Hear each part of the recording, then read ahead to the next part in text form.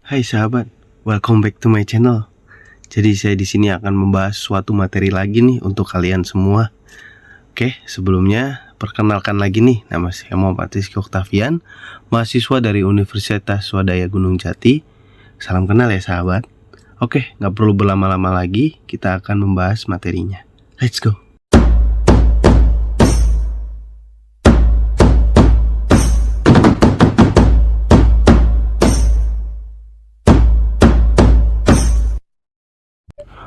Oke, baik, di sini kita akan memasuki materi yaitu memperbaiki kompetensi. Yang pertama ada jenis dan kategori kompetensi, konsep dan sejarah kompetensi dari Lance Spencer dan Signet Spencer 1993. Kompetensi yaitu karakteristik dasar perilaku individu yang berhubungan dengan kriteria acuan efektif dan kinerja unggul di dalam pekerjaan atau situasi. Yang kedua ada Michael Armstrong 1994. Kompetensi yaitu apa yang orang bawa pada suatu pekerjaan dalam bentuk tipe dan tingkat perilaku yang berbeda. Praktik MSDM yaitu kompetensi adalah deskripsi dari karakteristik seseorang. Dari Margaret Dale 2003, kompetensi yaitu menggambarkan dasar pengetahuan dan standar kinerja yang dipersyaratkan agar berhasil menyelesaikan pekerjaan atau memegang suatu jabatan. Di sini ada N.C. Vicky dalam Margaret Dale 2003. Kompetensi yaitu kemampuan untuk menjalankan aktivitas dalam pekerjaan. Ada di sini yaitu Training Agency 1998. Kompetensi yaitu kemampuan untuk menjalankan aktivitas dalam pekerjaan atau fungsi sesuai dengan standar kerja yang diharapkan. Ada juga di sini dari Michael Cleland 1993. Kompetensi yaitu karakteristik dasar personal yang menjadi faktor penentu sukses tidaknya seseorang dalam mengerjakan suatu pekerjaan atau situasi. Dan di sini yang terakhir ada SK Kepala BKN 2003, di mana kompetensi yaitu kemampuan dan karakteristik yang dimiliki seseorang pegawai negeri sipil yang berupa pengetahuan, keterampilan, dan sikap perilaku yang diperlukan dalam tugas jabatannya sehingga PNS tersebut dapat melakukan tugasnya secara profesional, efektif, dan efisien. Berikutnya yang kedua di sini ada komponen kompetensi. Yang pertama ada motivis. Motivis adalah mengarahkan dan menyeleksi perilaku terhadap tujuan kegiatan tertentu. Yang kedua ada traits, karakteristik fisik dan respon konsisten terhadap berbagai situasi atau informasi.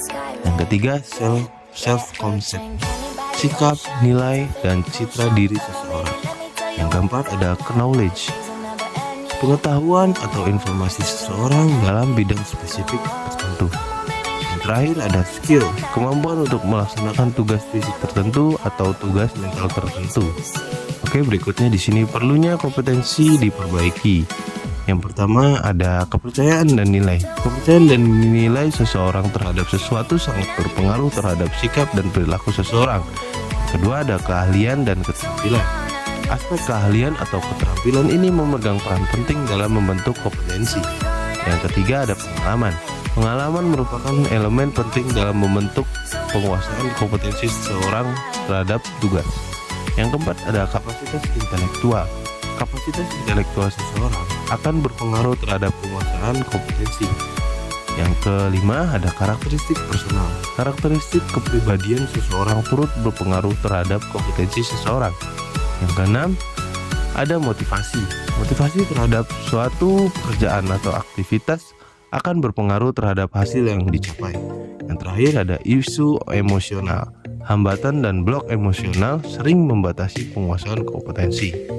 Berikutnya di sini ada tingkat perbaikan kompetensi. Yang pertama mudah diperbaiki, mengembangkan orang lain, efisiensi produksi, kerja tim, keahlian teknis, orientasi, pelayanan, mengelola kinerja.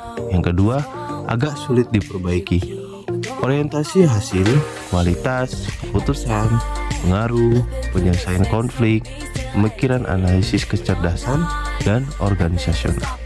Yang ketiga ada sulit diperbaiki, yaitu dari inisiatif, inovasi, integritas, dan kejujuran, pengelolaan tekanan kejiwaan, pemikiran konseptualis, fleksibilitas.